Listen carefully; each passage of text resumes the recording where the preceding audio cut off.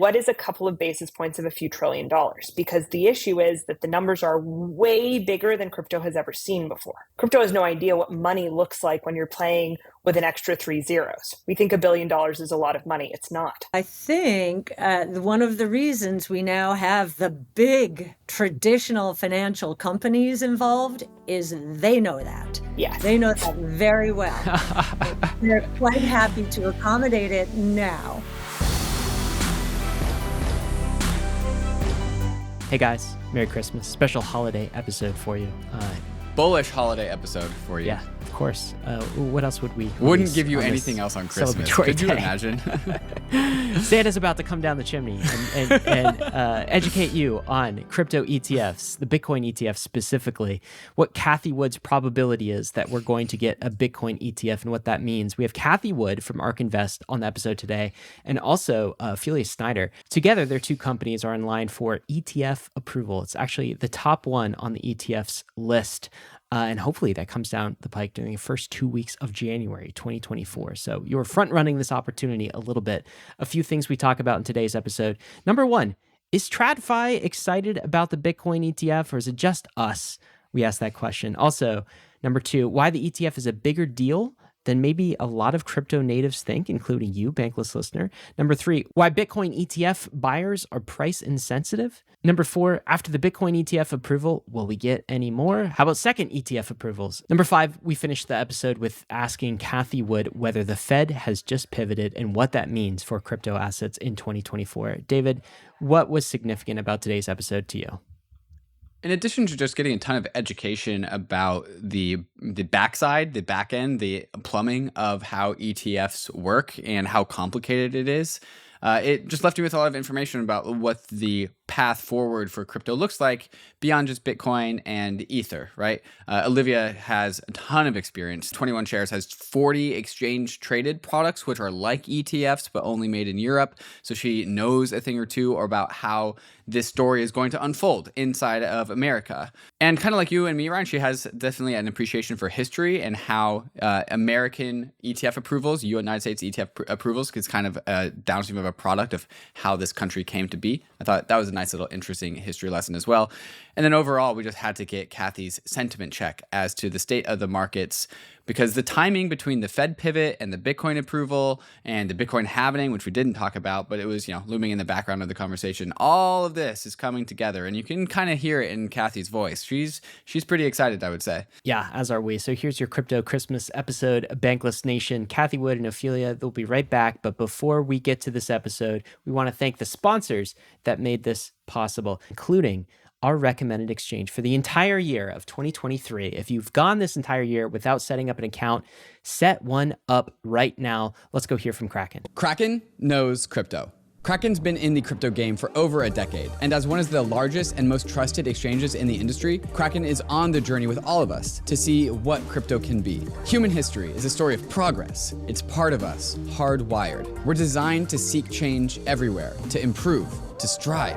And if anything can be improved, why not finance? Crypto is a financial system designed with the modern world in mind. Instant, permissionless, and 24/7. It's not perfect, and nothing ever will be perfect. But crypto is a world-changing technology at a time when the world needs it the most. That's the KRAKEN mission, to accelerate the global adoption of cryptocurrency so that you and the rest of the world can achieve financial freedom and inclusion. Head on over to kraken.com/bankless to see what crypto can be. Not investment advice. Crypto trading involves risk of loss. Cryptocurrency services are provided to U.S. and U.S. territory customers by Payward Ventures Inc., PVI, doing business as KRAKEN. Introducing USDV, a better type of stablecoin. Currently, billions of dollars in stablecoin yield each year are paid to Tether, Circle, and other central issuers of major stablecoins. But what if yield could be shared with the protocols that use it? Those protocols, in turn, can decide how to reward their users. USDV shares its yield with a community of apps and developers that mint it. Every USDV is backed one-to-one by US Treasury bills which pay yield. This yield flows out to the community of USDV issuers, so your protocol or app can get paid for helping end users convert other stables into USDV. This works thanks to a breakthrough technology called color trace from Layer 0. Without it, it was impossible to attribute users of a token with a specific issuer, but now we can. USDV is live on Ethereum, Optimism, ARBITRUM, and other chains, and it's already available on over 20 exchanges such as Curve, Curve, BitGet, Velodrome, and Stargate. Start participating in the yield from treasury-backed stablecoins at bankless.com/USDV.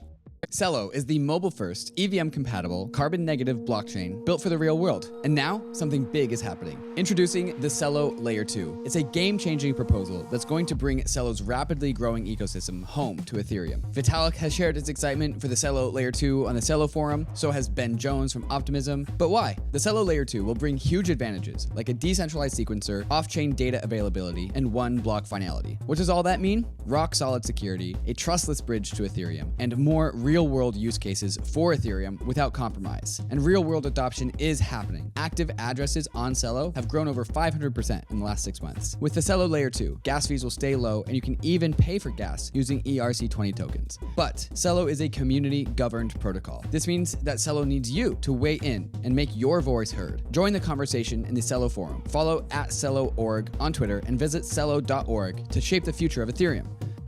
Bankless Nation, we're very excited to introduce you to two guests today. Cathie Wood, you know Cathie. She's been on the podcast before. She is the CEO and CIO of ARK Invest. She founded ARK 2014 to focus solely on disruptive innovation, of which crypto, of course, is one of those disruptive innovations. She's been a crypto bull from the early days. Cathie, welcome back to Bankless.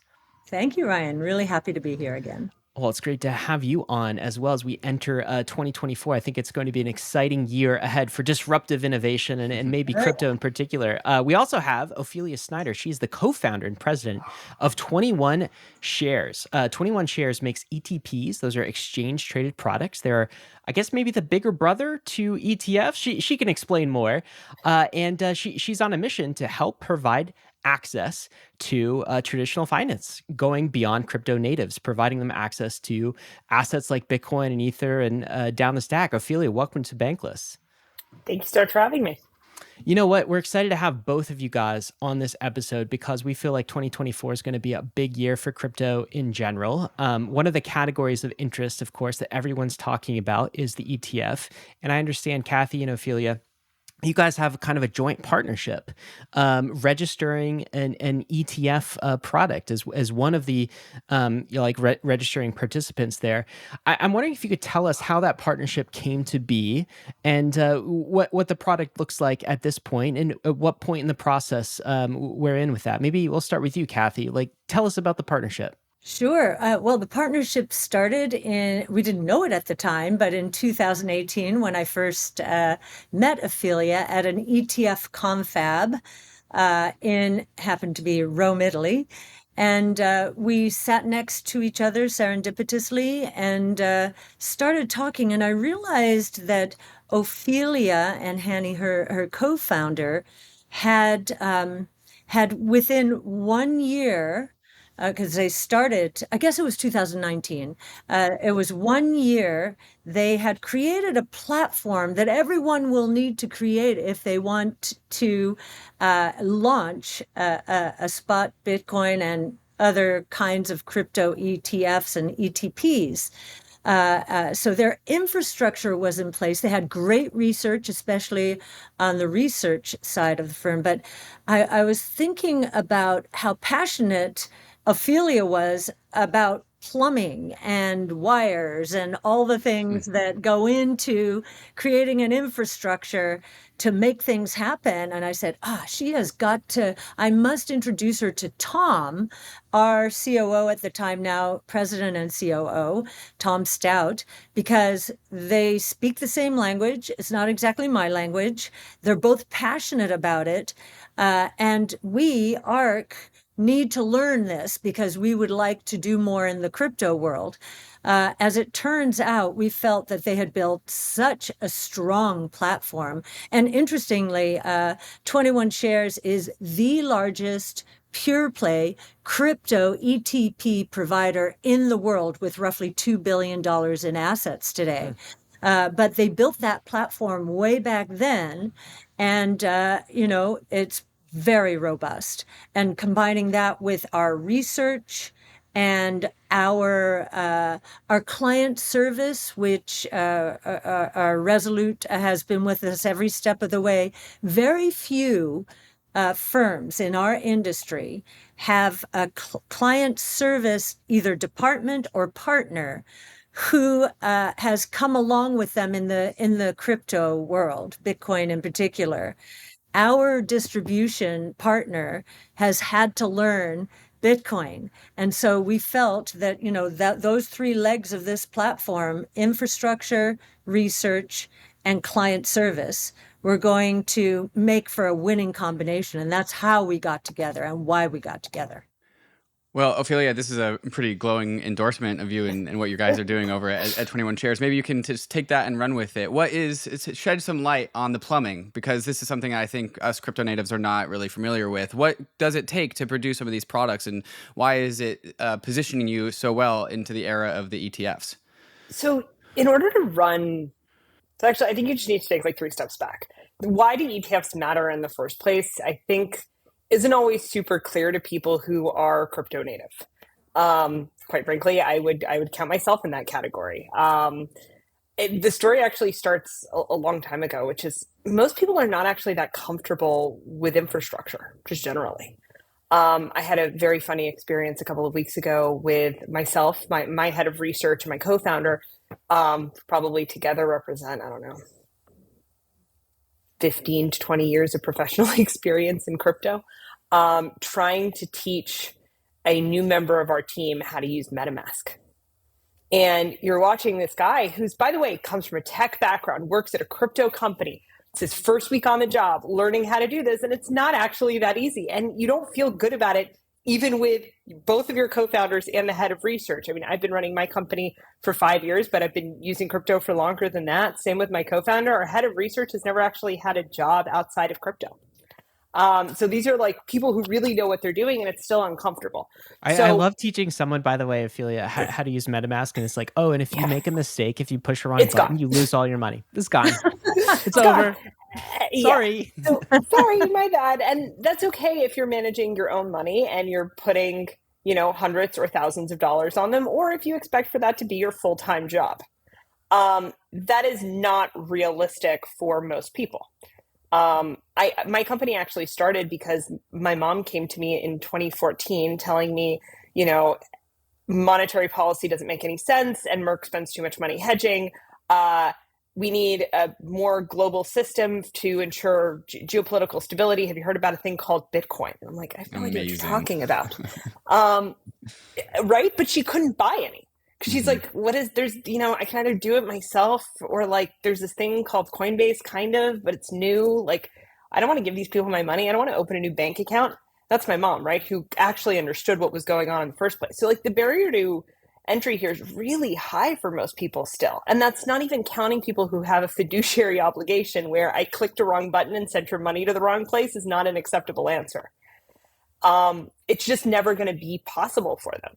And that's before you get into, there are a lot of structures where people hold their money, where those are 401ks or IRAs or some retail might be familiar with, but there are also different kinds of fund structures, which may or may not be able to hold these types of things, let alone actually do their tax reporting and be consistent within their infrastructure. Crypto is not really meant to play nice with that. So you have to build a lot of infrastructure to basically take crypto, repackage it in a way that it's going to work within other people's existing financial infrastructure. That bridge is actually a very real necessity if you want to start getting allocations from big asset managers or pension funds or, people who actually who are not just not able to or not comfortable, but actually have like structural reasons why they can't access these products directly. It's the easiest way to welcome new people into the industry. Yeah. One way I describe an ETF is basically to crypto natives, when you come at it from that angle, is basically it's like an ERC20 for TradFi. It's like a standard that is interoperable and like works within the traditional finance system. But Cathie, you're gonna build off of what Ophelia said. No. That's a great way to describe it, especially for your audience.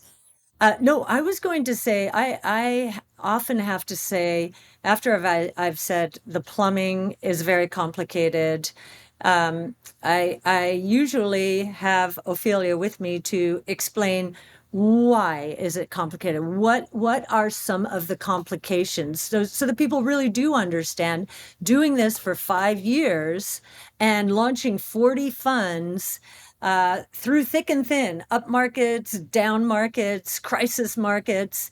You've held up, weathered the storm, and battle tested the infrastructure. Whereas a BlackRock and Invesco and all of the big traditional firms have not had that experience. They have not. So maybe, Ophelia, you can tee up some of that. What have they not gone through that you had to weather from an infrastructure point of view that they will face in the future? Yeah, and while you're doing that, Ophelia, could you tell us the difference, just like from a layman's, because we're talking about plumbing, what is the difference between an ETP, because we use that term, and you have some at 21 shares, and an ETF? So for layman's purposes, for like the average human's use of these products, nothing. They follow very similar structures. They work the same way operationally. The major difference is regulatory infrastructure in Europe and in America is slightly different, and so they call things slightly different names. There are ETFs in Europe, but they fall under a specific piece of regulation called UCITS for the most part. And UCITS funds, and this is like way technical and not the most sexy or interesting stuff, they have specific requirements around diversification, what kinds of assets can be in them, and crypto is not allowed inside of a UCITS ETF wrapper today. So instead, they use another wrapper, but it's the same one that's used for gold, for silver, for other commodity products. So it's just a slightly different market construction. But in terms of what most people think of as an ETF, which is that, creation, redemptions, coming in and out, liquid, available to retail, available in $20 increments, holdable in your IRAs and your 401ks and your retirement plans, usable by institutions. It basically checks all the same boxes. It's just a slightly different legal setup. So for the purposes of most people, it doesn't make that much of a difference. The plumbing is funny and it's finicky because crypto is not actually meant to play very nicely with legacy systems. The day our products first launched, and we decided many years ago to launch, when our first product came out, it was actually an index product. It wasn't a spot Bitcoin product, which is what everyone expected, mostly because we were absolutely convinced that somebody was going to get there first. And we were actually the first people out the gate with a physically backed spot product anywhere at the time. And so we came to market with this thing, and 2 days before, like we're right in the middle of trying to seed this thing, trying to get it to start trading, the BCH hash war starts. You guys remember that? The late 2018 BCH hash war? Oh, heck yeah. Which basically ground the entire chain to a halt. Mm-hmm. Remember that? It was great. Mm-hmm. Turns out that has a really fun side effect of making it impossible to transfer assets or price them or quote them, which, by the way, means the ETF not going to work, right? The assets can't move. So you can't move them and you can't price them. It constitutes a market disruption event. That was day -2. Like, this is going great, guys. So we did that, and I was in the middle of our launch event, pacing outside on the sidewalk, trying to figure out, how do you deal with it? What? Like, what? You're trying to explain to market makers what a hash war is, which they have no idea, because quite frankly, what is that? That shouldn't happen realistically. And that was the beginning. And so, spend 5 years figuring out every version of halting blockchains, issues with mempool, people sending transfers to the wrong places, whitelisting APs who are learning how to do settlement for the first time. Oh, wait, we fat fingered this. We flipped 2 decimal places. It no longer matches the order. I mean, we've seen all of it. We saw Luna. We had a Luna product. So how do you run an ETF through a complete market meltdown? We did the migration from proof of work to proof of stake on Ethereum. We rolled out the first staking ETFs in the world now many years ago across a number of different chains. Or even as simple as, how do you manage liquidity? Liquidity is just a completely different thing, and it's going to be a very big topic within ETFs, right? So how do you trade this stuff to make it effective? How do you work with market makers to ensure that it is effective and you don't end up with, issues when there's high volatility and you have an organized order book? It's actually really hard to do these things because there's still very much a brick wall between most traditional managers and most traditional markets infrastructure and on-chain infrastructure. And you have to bridge that constantly in order to actually facilitate the creation of these products. Yeah, so I'm curious. Maybe we could just back up and give people some context on some of the products you're talking about, and so like maybe I'll just check my kind of understanding of it. So Cathie was making the point that there are all of these kind of like traditional asset managers, traditional finance that are entering crypto, right? And so BlackRock has filed for a Bitcoin ETF. Everyone knows that. Van Eck has some things. Like there's a whole list. What you're saying is, well, like they're going to have to cut their teeth on some very crypto native specific issues, whether they like it or not, because you have to deal with, hash wars and hard forks and like staking and all of these weird crypto native things that they're going to have to learn. But 21 Shares has essentially been doing this for a while. And so you have these ETP types of products for what? A Bitcoin ETP, and then like Ether and staked and all the way down the list. Maybe familiarize the Bankless audience with the types of products that you guys have already brought to market, because we have many listeners that are American and they're just like, oh, we like from what they understand, they can only buy grayscale type products inside of, traditional finance, and they're not familiar with everything that you're talking about. Could you just give us some background there? Yeah, of course. So we actually run 40 products like this. We cover most single asset products. Yes, we have Bitcoin. Yes, we have staked ETH. Yes, we have, Solana staking products, but we have dozens more on top of that. We run index products. So, top 5 assets, top 10 assets, staking index. We also run shorts. So pretty much anything you want to do in crypto that's going to be in those large cap, we probably have a product on. And we've been doing that for a long time. And that's just outside of the US, Ophelia? Yes, like where are these products available? So the company's based in Switzerland, but the products are available all across Europe. And so we've been doing it for a while. Maybe as we get into kind of the ETF conversation, the process today, could you just give some context on why can't we have these products in the US right now? Like, or why don't we have these ETP products in the US right now? Is it literally the SEC just like saying you have to go through the registration process? We're not allowing that right now. I mean, because we could have these. I mean, Europe has these. Why doesn't the US have these right now? So that's a regulatory decision. And I think one of the things, I think there's a common misconception. America is not usually a leader in terms of, being at the forefront of pushing the edge on regulations for financial products. Like oftentimes, especially ETFs, a lot of that innovation comes out of Europe. And that's just a known thing and has been that way for a long time. And it makes sense, right, to some extent. The US has a very different market structure than Europe does. Some of that is as simple as there's less of a social safety net. Some of it is as complicated as, the size of the market, the fragmentation of that market, and quite frankly, the retail presence in that market actually changes some of regulators' considerations around these things. Versus a more intermediated market like the European one. And so it really does depend. I think Europe has been certainly further ahead on this. And you can see that, like, put ETFs aside, MiCA, right, which is massively important, is a huge step forward. Now, I think, crypto has been lukewarm on that, I think, as far as regulations go, but I think we're kind of selling it short so far, just in terms of we need to see how it's implemented before, the jury's still out on whether or not it's going to be good for the industry or not. But I think any clarity is good for the industry, and Europe has been able to provide more of that over the past 5 years than America has. And that part of that is just the way our legal system works. It's a little slower. It's a little bit more cautious on certain types of things, and is a little bit clunkier in terms of what it takes to get things done. It's not necessarily a bad thing. It's just a culmination of legal history in America.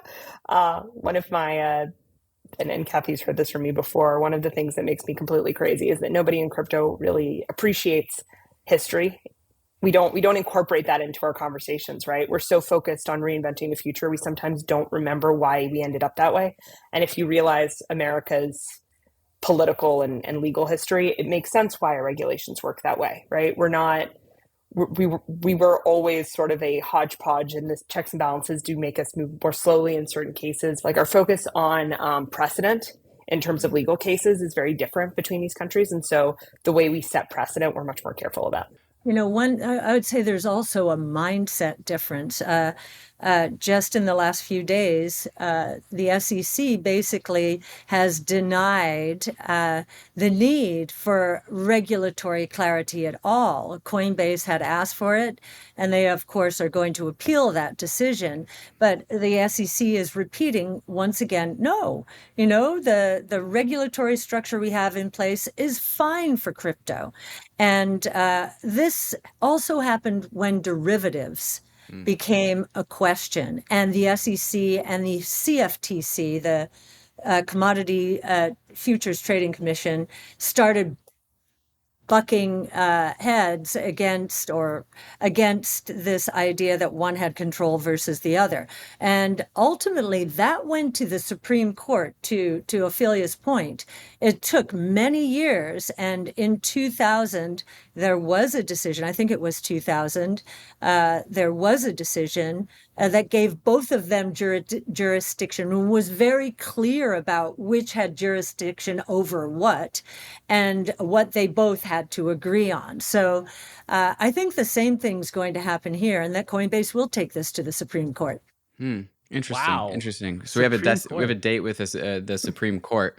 Yes. Is that, and I would imagine like all the approval of a Bitcoin ETF, like the engagement with congressmen and women on Capitol Hill in some of our regulatory, these are all like kind of steps towards that direction. Cathie, do you have any like sentiment indication of that's like a near-term thing, or we really just have to wait for that to arrive?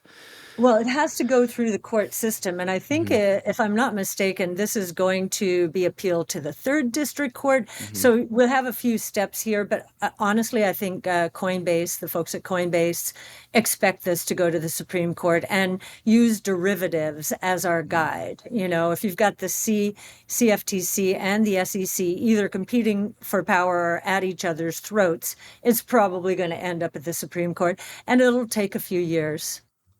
But that's not necessarily a bad thing, given the way the American judiciary works, that focus on precedent over rulemaking, which is very much like the way America works legally. It's not necessarily a bad thing to end up in that space. So you guys are arguing we'll get the clarity. That's a feature, not a bug, of the system in the U.S. to basically kind of outsource those decisions from a regulatory agency to a court system, and we ultimately achieve consensus. Sure, it's regulatory courts. So regulatory, as we think about the checks and balances, executive, judicial, and legislative. Regulatory, Gary Gensler was appointed by Joe Biden, I know, with Senate ratification, but we think of that as executive. Then you've got judicial, the courts, and then you've got legislative, and they're all engaged right now, which is good. For a while there, we didn't have judicial, and judicial, the crypto world has been winning in the court system against the SEC. And legislation, this is becoming an election year issue. 50 million people in the US, I think that's the number, own Bitcoin or other crypto. So I am really happy all three are engaged, as opposed to, the iron fist of a regulatory agency alone. And I think feature or bug is a different question, right? It's that's just the history of America. Like whether or not you think the way we've designed government is the right way or not is a completely different issue. It's a trade-off, right? Which is the Europeans are going to be more focused on rulemaking, which in some cases makes things faster. So Mika is a great example of that, right? That's European style rulemaking. The reason no one's quite sure of the implementation yet is because their rulemaking relies on a concept called annexes and implementation details. So there's a bunch of additional work that bureaucrats are doing right now on, okay, that's great. That's what the law is. What does the implementation of that law look like? As opposed to just writing the laws and then letting precedents set the implementation, which is also very different. So it just takes more time, but it's not necessarily a bad thing. And I think I agree with Cathie that the kind of engagement we're seeing in America today, both from our government bodies, our agencies, as well as, quite frankly, institutions, is going in a really promising direction in terms of normalizing crypto within the American landscape. I will say one other thing, though. The regulation in other parts of the world has been a spur to us here in the United States, whether it's the electorate to say, hey, wait a minute, innovation is leaving the United States. You can't let this happen. So I do think that regulatory arbitrage has been a spur to our system, that if it hadn't occurred, we might still be, where we were 2 years ago. Are you launching a token? Is it already live? How are you managing the legal and tax for providing token awards for your team? TOKU simplifies everything about managing token grant compensation, and you can get started with them for free. You'll have access to top-notch legal and tax support to handle the distribution and management of tokens for your team. TOKU caters to every step in the process, from user-friendly legal templates for granting tokens to tracking vesting periods and calculating withholding taxes. TOKU understands every grant structure, token purchase agreements, restricted token awards, restricted token units, token options, and all the other ones. TOKU is already simplifying this today for leading companies like Protocol Labs, DYDX Foundation, MENA Foundation, and many more. You can learn more about how TOKU can help you streamline your token management and get started for free. Visit TOKU at toku.com/bankless or click the link in the description below. ARBITRUM is the leading Ethereum scaling solution that is home to hundreds of decentralized applications. ARBITRUM's technology allows you to interact with Ethereum at scale with low fees and faster transactions. ARBITRUM has the leading DeFi ecosystem, strong infrastructure options, flourishing NFTs, and is quickly becoming the Web3 gaming hub. Explore the ecosystem at portal.arbitrum.io. Are you looking to permissionlessly launch your own Arbitrum Orbit chain? Arbitrum Orbit allows anyone to utilize Arbitrum's secure scaling technology to build your own Orbit chain, giving you access to interoperable, customizable permissions with dedicated throughput. Whether you are a developer, an enterprise, or a user, Arbitrum Orbit lets you take your project to new heights. All of these technologies leverage the security and decentralization of Ethereum. Experience Web3 development the way it was always meant to be: secure, fast, cheap, and friction-free. Visit arbitrum.io and get your journey started in one of the largest Ethereum communities. MetaMask Portfolio is your one-stop shop to navigate the world of DeFi. And now, bridging seamlessly across networks doesn't have to be so daunting anymore. With competitive rates and convenient routes, MetaMask Portfolio's bridge feature lets you easily move your tokens from chain to chain using popular Layer 1 and Layer 2 networks. And all you have to do is select the network you want to bridge from and where you want your tokens to go. From there, MetaMask vets and curates the different bridging platforms to find the most decentralized, accessible, and reliable bridges for you. To tap into the hottest opportunities in crypto, you need to be able to plug into a variety of networks, and nobody makes that easier than MetaMask Portfolio. Instead of searching endlessly through the world of bridge options, click the bridge button on your MetaMask extension or head over to metamask.io/portfolio to get started. You guys are producing an image of it's kind of all going according to plan, more or less. Maybe not as fast as the crypto industry, us crypto natives would have liked to have this, process of clarity arrive. But it seems to be like this is kind of what we would expect in the grand scheme of things. And one thing that I've definitely noticed in the last year or so, and ever since really BlackRock, I think, filed for their spot Bitcoin ETF early this year, there's a lot of interest in it from not just crypto natives, but from institutions and from what we've heard as murmurings of traditional financial investment advisors, account managers, your typical Main Street, your mom and pop shop investment advisor, right? And so, Cathie, something I really want to ask for you is, on the crypto native side of things, on the crypto, on the inside of the industry, of course we want the Bitcoin ETF. Of course we want that. And so we have motivations from our side to push that through. We have motivations from like BlackRock, Bitwise, ARK and 21 shares, all to get that through. But the thing that we still really haven't gotten our minds around is there really, how much interest is there on the buy side? How much is there from the retail? Like how much will actually show up ready to go when these products ship? And I'm wondering if you can shed any sort of clarity or light on that side of things. Sure. So I think there's been an anticipatory move that there is an appetite. So that's one reason the price has been quite firm here. And so I will say when a spot Bitcoin ETF is approved, because I think the probability is, we think it's 95% now, if not higher. Wow.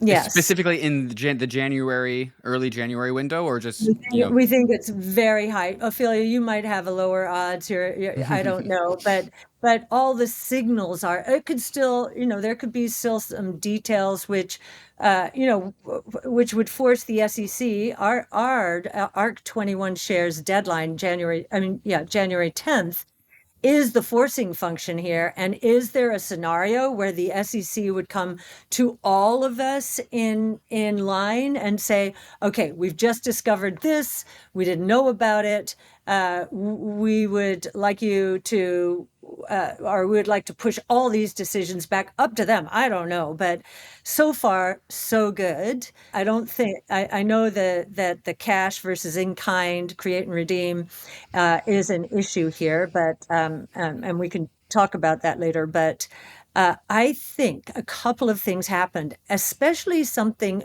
5 years ago in 2018. Cambridge Associates, which is a consultant to institutions, endowments, foundations, and so forth, wrote a paper about Bitcoin and said to the institutional world, okay, you may agree with all of these leaders who are calling it a Ponzi scheme or an environmental scourge on the system, but recognize that the correlation of risk and return between Bitcoin and all of these other assets is very low. So what we probably have here is a new asset class. And what institutions do know is that the best way to increase returns per unit of risk is to diversify into a new asset class. So this is very important. And so Cambridge back then said, you may not like it, and you may really believe all these people who are saying these horrible things about it, but this is the way it's behaving. And our study, and we've put this study out, we're updating it now, on what should be the institutional allocation in a broad-based portfolio to Bitcoin. If you want to, this is as of last year, we're about to publish new numbers, but as of last year, if you wanted to minimize volatility, the optimal weight of Bitcoin in your overall portfolio would be 2%. If you want to maximize your Sharpe ratio, so your return per unit of risk, then the number is closer to 6%. And this kind of makes sense because I remember other new asset classes, real estate very early in my career. So 70s and 80s, real estate was the new asset class.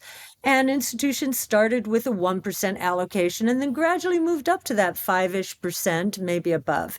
And then emerging markets, when that became a category, because it wasn't one emerging market at a time, but it was a category, a new category. Again, started with 1 and moved up to 5%. That, we believe, is what is going to happen here. And I think the fact that we and others are educating institutions that, wait a minute, this is mathematically metered to go up to 21 million units, and we're at roughly 19.5 million. The scarcity value is already showing itself. And with institutions starting to push in, that will be ever more true. So might we get a sell on the news? Well, sure, we've had a nice little burst here, and there's just the hedge funds trade on anything, on any news. So you could have a bit of a sell-off, but we think that the institutional demand is going to take this new asset class much higher in terms of market value. I'm curious on the institutional side, in the TradFi side, Cathie. So that narrative that basically this is an uncorrelated asset class, it's a new asset class, and Bitcoin is maybe the flag bearer of that. But then you could kind of like look at all of crypto as that, and you want that as part of a risk-adjusted return sort of portfolio. That case was maybe first made in a broad strokes institutional way in 2018. So it's been 5 years. Until that point in time, and we have more data, but how much of kind of institutional traditional finance has really bought into that narrative? Are you saying like it doesn't really matter because the data speaks for itself, and the only question to them is like, do you want a more performant portfolio over the next 10 years, and that will cause them to be like force them almost into allocating to this asset class? You think we're at that stage? Yes, and if you look at the performance of Bitcoin over rolling 3, 5, 7 year periods, it is the top performing asset. And overall, those periods since its inception, it's the top performing asset out there. So institutions cannot dismiss it unless they think there's they know something that nobody else knows, and I doubt they do, about the underlying technology. Even the risk of a hack, teaching them about, okay, this is the base layer hacks have been de minimis. Ophelia, correct me. It's the layer ones. It's it's not the base layer, it's the layers on top that have been hacked effectively. And once they understand that, they have to step back and reassess it, because, base layer Bitcoin is where they will have the exposure, right? In cold storage. It depends on which issuer, but in our case, at Coinbase.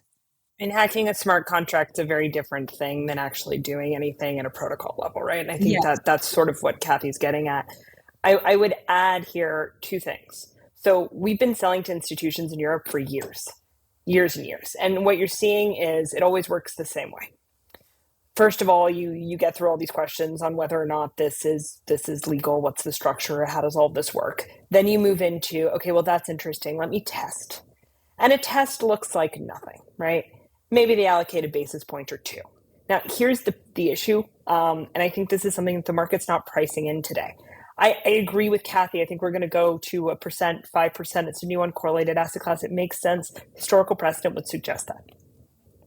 That's not the day one. The day one's going to be a few basis points. It's going to be a couple of months of compliance reviews followed by a few basis points, followed by a lot of work. So it's going to take longer than people think it's going to, first of all. But what is a couple of basis points of a few $1 trillion? Because the issue is that the numbers are way bigger than crypto has ever seen before. Crypto has no idea what money looks like when you're playing with an extra 3 zeros. We think $1 billion is a lot of money. It's not. And I think that's the piece that's just impossible for the industry to conceive of today. We will get to 1 to 5%. It will take more time than people think. But when you start to get those couple of basis points, what's a couple of basis points of a few $1 trillion? Because that's actually the money you're really playing with on the short time scale. And I just don't think the industry has actually conceived of how much money that really is, how liquid that really is. What does dipping your toe look like at that scale?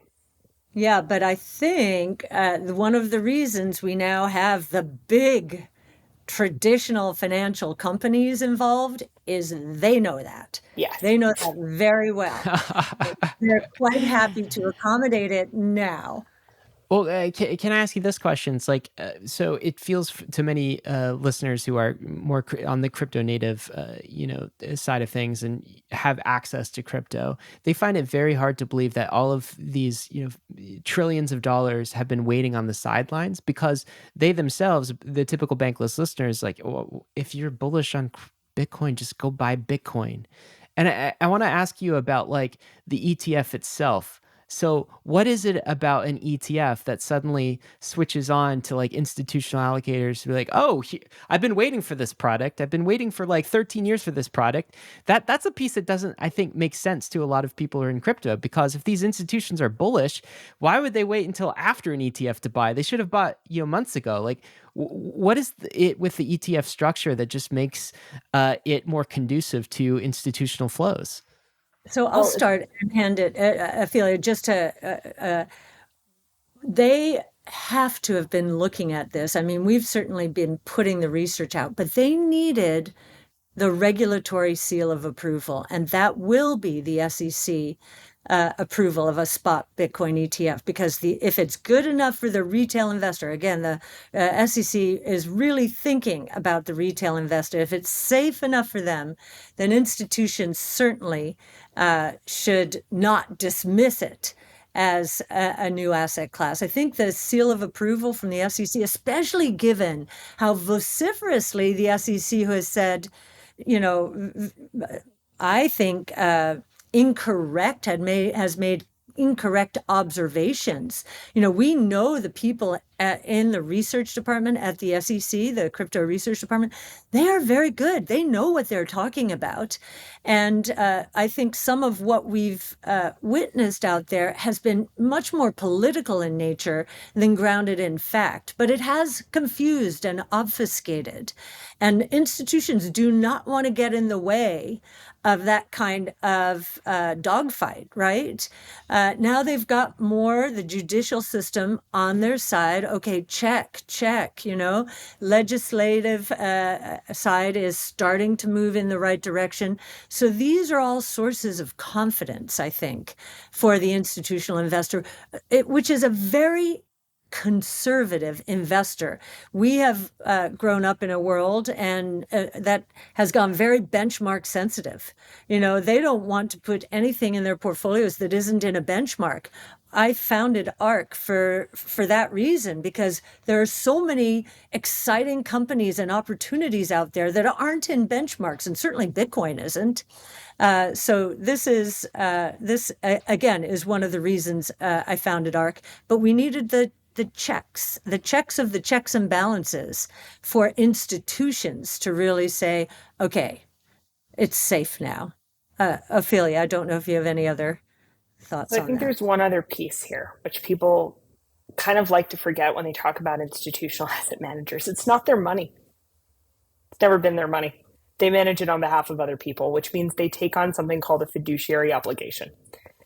That obligation requires them to ensure that they are custodying your assets safely, that they're not going to get your money stolen, that concepts like best execution, which means they're getting the best price when they trade those assets for you, are all happening, that they're doing their due diligence on it.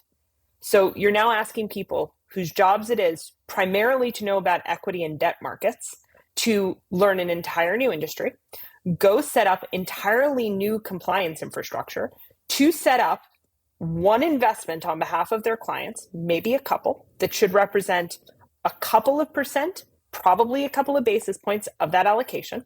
They're going to have to fight a bunch of misinformation. They're going to have to educate their internal infrastructure teams on how to do that. They're going to have to figure out how to report taxes on that. That's a lot of work. It's a lot of work, and it's a lot of work that they don't get paid for. That's not their jobs. Their jobs are to take the money you give them within the infrastructure that they are provided and allocate it. If they're an allocator, if they're a financial advisor, it may actually be a relationship manager. That's their primary function. So what's actually happening here, right? They're now responsible for this, and they're responsible for the infrastructure.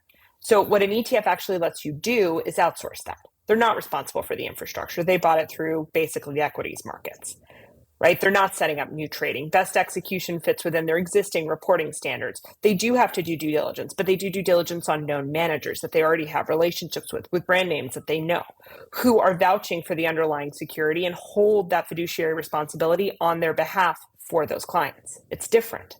That is massively different. And people it's not on the radar of a crypto native audience, because at the end of the day, that's not really something people think about, but that's actually how this works. I'm kind of wondering if maybe we just sort of put ourselves in the position of a independent advisor of some sort, right? So like somebody managing a Charles Schwab account or something like this, a registered financial advisor, and it would be like, imagine there was no such thing as a gold ETF, and you were that registered independent advisor was asked to go purchase gold for their clients. Well, it's like, how do I go do that? Do you want me to I don't know, custody assets inside of Fort Knox? Should I go grab some gold bars and store them in a vault somewhere? I don't have a way to actually give you gold, client, so I'm not going to be able to so I basically have to say, no, you could go buy gold on your own if you want to go do that. I don't have a product that I can offer you in a safe, responsible way. It's almost like that, isn't it? And I guess we have all sorts of accounts with exchanges, and we custody our own assets. We're crypto natives, so we don't see that. But that's the situation for somebody who manages somebody else's money. They just don't have a way to actually do it. It'd be like asking them to go purchase gold bars on your behalf. And there's a famous joke about it, actually, right? Of a hedge fund trader who accidentally makes a mistake in their physically settled commodities trades and ends up with an oil tanker being delivered to their office. That is a famous, that is a common joke in finance, because I promise you a hedge fund manager has no idea what to do with an oil tanker, but I guarantee you does in fact know how to manage oil futures. And that's not their job. And I think I agree with you in that, I think sometimes we lose that. We forget how much infrastructure there is. It goes back to my mom. Totally got it. 2014, didn't make the trade. Actually did a couple of VC deals around the space because she couldn't get comfortable with it, and her infrastructure just wasn't set up for it. Right? She felt way more comfortable with Seed Invest or a VC platform than she was with actually setting up what she perceived of as a new bank account. And that's when it's her own money. What happens when you have responsibility towards another person and your whole career is tied to that, right? Doing this wrong could cost you everything, your entire career. What is the risk return profile for that for an individual manager versus now saying, okay, SEC stamp of approval, infrastructure, I know. Now it's just about investment thesis. That is what they're paid to do, right? Investment thesis, that focus there, that suitability for their clients, that's their job. And so now that you're entering a world where you can actually have access, it's being, Cathie mentioned the client service. That's why that's so important. Helping them understand that thesis, helping them build that thesis, research, client coverage, support. It's critical to doing that. But they need that also, right? So they need the instruments, and then they need the client support to be able to get to a place where they could make that allocation in the first place. And I think sometimes the crypto industry forgets what a high bar that is for them. It's similar to the bar we expect Coinbase to meet for managing our money. I don't think anybody was particularly happy to find out that, actually FTX is spending our money on political donations and stadiums. I don't think people would be particularly happy finding out that their financial advisor put their money in a structure that they didn't vet properly, and somehow it's gone. And that's the kind of responsibility these people have, right? If they had put money on a platform like FTX, it would have been their fault. And that's a very different responsibility towards clients. It's kind of the opposite of what we think of, right? Where you're going, I want to control it myself. I want to do it myself. This is a structure entirely built on trusting a third person to do it for you. Yeah, we're basically go bankless, and an independent financial advisor, I want a bank. I need a bank before I can do this. Yes. Well, I'd also just echo the client service issue. Many times when an advisor doesn't feel confident enough to explain something new, a new investment to clients, they will bring along someone who knows what to say and how to explain something new. And in the process, they too will learn how to say it better during their next client meeting. So, we've been doing this with Resolute Art Partners since 2016. And I remember, the primary ETF specialist at the time, she said, before she read Big Ideas, she said, I had to, or when she read it, I had to go look up as I was on my way to this meeting what Bitcoin was back in 2016, right? And here she was then going to be asked in the Big Ideas Forum, which was going to be a few weeks from then, not only asked about it, but would need to explain it. And that can be daunting. And do you remember when you first came upon Bitcoin and you're saying, okay, wait, what is this? And really tried to understand it and explain it to someone? It took a few times, right? So we have to deal with those sorts of insecurities as well. So the tentative approval window for the spot Bitcoin ETF is January 8th through 10th is, I think, the shelling point that people have pointed towards, is like that's the likely window of approval for a very likely chance of approval. Then we have Ether, I think, halfway through next year, which doesn't have the same level of likelihood that people are placing towards the Ether approval, but still decent amount of confidence within Ether approval. And between those two, that's over 50% of the total crypto market cap. But Ophelia, Cathie, as a crypto optimist, a crypto bull, if you will, when I see two of the blue chips get approved for ETFs, my mind goes to, okay, but what about a third? What about a fourth? What about a fifth? Is there a ball that's going to roll here? Is there going to be just kind of a movement of crypto ETFs as soon as we can get some of the blue chips through the gate? Is there, or am I kind of just like overly rose-colored glasses here? What do we think about this? Ophelia has a lot of experience with that question in Europe. Yeah, you got like 40 products, right, Ophelia? Yeah, we do. And so we certainly go well beyond just the blue chips and have for a long time, actually. But actually, so it's a disappointing answer, I think, because the answer is doesn't know, but not for the reasons people think. It's not as black and white. So this isn't a question of, we don't have comprehensive crypto regulation in America yet. We may at some point, and that may change this. As long as you're going on a case-by-case basis, looking at each individual product, it depends on what each individual product is, what's happening inside of it, right? Today, some products within crypto are being considered commodities. Some are being considered essentially currencies. They're being treated differently from a tax treatment perspective. They're being treated differently from a securities perspective, right?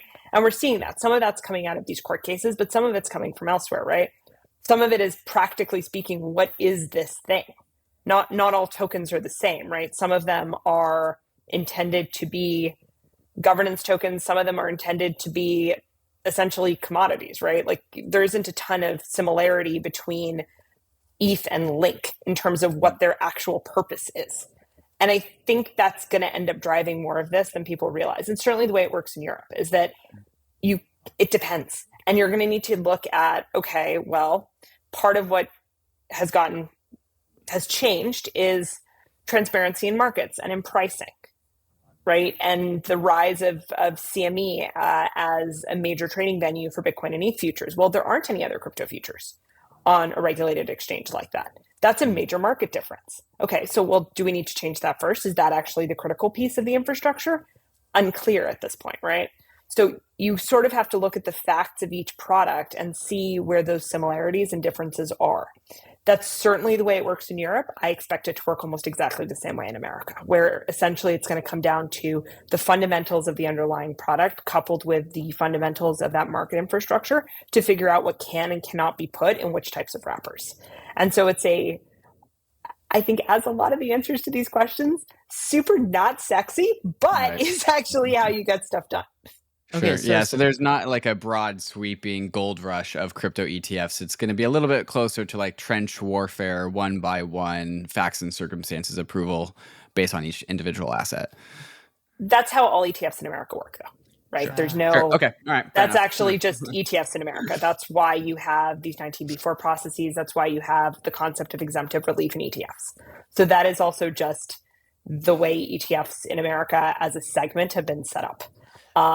Goes back to some of the history of how ETFs were developed. Europe is a little bit different. They have more comprehensive ETF rules than the US does. So again, those differences in how these laws are actually set up matters. Goes to my whole it's a product of our national history. It's kind of cool if you think about it. It can occasionally be frustrating. Yeah, it is frustrating in this circumstance. I think Ophelia is supposed to, but your prediction then, you guys are with very, very high confidence Bitcoin ETF, right?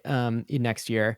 I heard Cathie say 95% earlier in the conversation. I probably never should have used that number, but a high percentage. going to be jinxing. Yeah, exactly. Let's not jinx it. Okay. Maybe we'll bleep that out in the final production. Okay, and then how about an Ether ETF? So it does have CME futures. It's gone through the trench warfare path. What's the probability that we get an Ethereum ETF in 2024? What confidence do you give that? Not to jinx it. And then like everything behind that, it feels like we're probably not going to get anything else in 2024. But I'm just curious, like concretely, whether you think we'll get an Ethereum ETF. I am hopeful that any change. Look, I've said this a lot about these ETF processes. Any change in pattern is a good thing if you want a different outcome, right? Okay, so, we saw requests from the SEC to pull applications for Ethereum futures ETFs in the past. That happened a few times, right? And then suddenly it was like, okay, no, we can do this. That's interesting. That was also a precursor on the BTC side. So there's some nice corollaries there. I think the level of engagement, the repeated filings you're seeing from issuers, that's very different than what we've seen in other approval processes for the Bitcoin ETF. Difference in process, better chances of a different result. I think if we see continued similarities between the ETH path and the BTC path, I will be more bullish than I currently am, although I am positive on at least getting engagement in that process. So one of the things that has a tendency to happen with these processes with regulators just globally is it takes a while to get them talking, right? Talk to us about it, learn about it, let us educate, let us help, learn about the microstructure, figure it out. That process takes a while. And so at any point in time when they're willing to engage with that, that's a very good thing. And I think we will at a minimum get that much from this process. So I think we'll probably know more early next year. Depends a little bit on how Bitcoin goes. Obviously, I don't see ETH happening without BTC. But I'm quite positive on it, I think. I think that, again, just having gotten to know some of the researchers at the SEC over time, I've been impressed that they really do want to learn from us. And, I also was impressed. So Michael Saylor, I remember in the early days when he was putting Bitcoin on his balance sheet, and, I just chatted with him and said, hey, have you talked to the SEC? You really should, because you do not want to be shut down in your current form and become an investment company. And he did, and they directed him to FASB, and he did a very good thing for Bitcoin in terms of now it is not considered an intangible asset, and there will be mark to market, so much healthier treatment. So, I think they've been. I think they've been forthcoming in their interest in understanding both Bitcoin and Ether, and pretty intensive in their study of it. So I will, Ophelia is the odds maker on this one, but I would agree with her. It's probably a go in 24. Yeah, better than 50-50 odds, which honestly, I'll take. Definitely not staked Ether, though. That would be a bridge too far, I'm sure. We'll get there. We'll get there later. We did just get staked. We got staked Ether for the first time in Canada. That's new. We have staked ETH in Europe.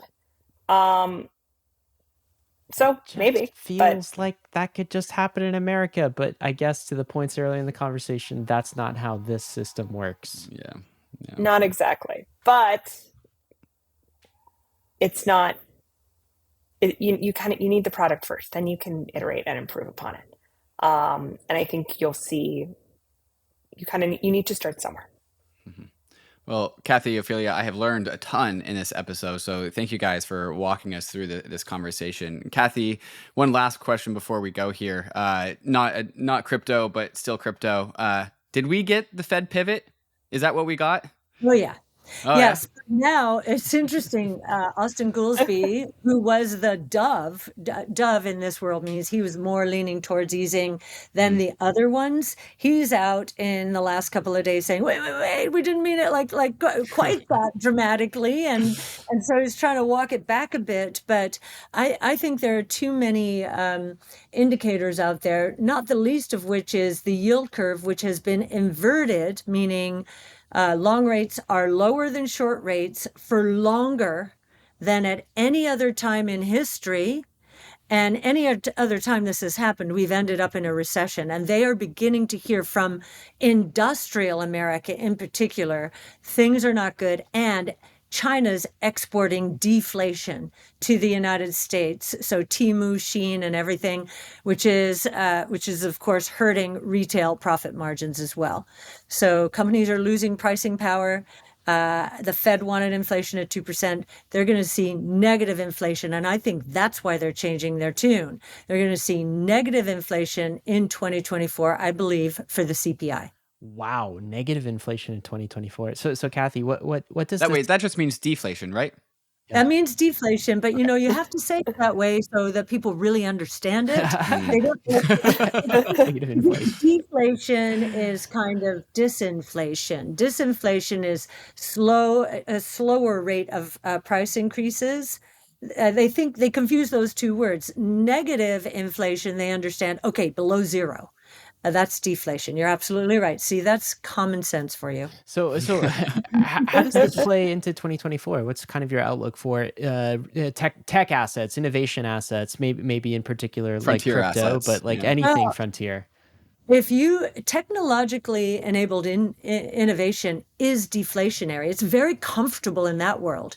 What is not comfortable are companies and industries that have gotten used to pricing power. And if you look at some of the crazy price increases that Staples companies, especially Staples, and some healthcare companies, they got used to those. And now they're going to have to drop all those prices, and they have not adjusted their cost structures.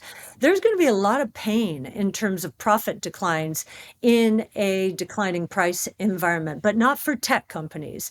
This is their comfort zone because technology follows learning curves, which are characterized by cost declines, which are passed through into price declines. So it's a very natural environment. And that's a good deflation. It causes booms in unit growth. The bad deflation will happen to those companies that haven't invested enough in innovation or have been fighting innovation or have been catering to short-term oriented shareholders who want their profits now and their dividends now and their share repurchases instead of investing in innovation. They're going to have obsolete products and they will have to cut those prices in order to clear the shelves. How about for crypto, Cathie? What do you have any predictions for 2024? So it feels like we are in the early stages of a bull market, right? With Bitcoin above 40K, and we've got the ETF on the horizon. We've got some other things. Do you think 2024 is going to be, and maybe the Fed pivot, as you said, do you think 2024 is going to be a good year for crypto assets? I do think the macro environment is going to be good, not for all technology, including blockchain technology. So and crypto assets. So yes, we're very optimistic. As I said, nothing goes straight up, and you'll have hedge funds playing the big surges, but truth wins out, and we think the move into this new asset class will be inexorable.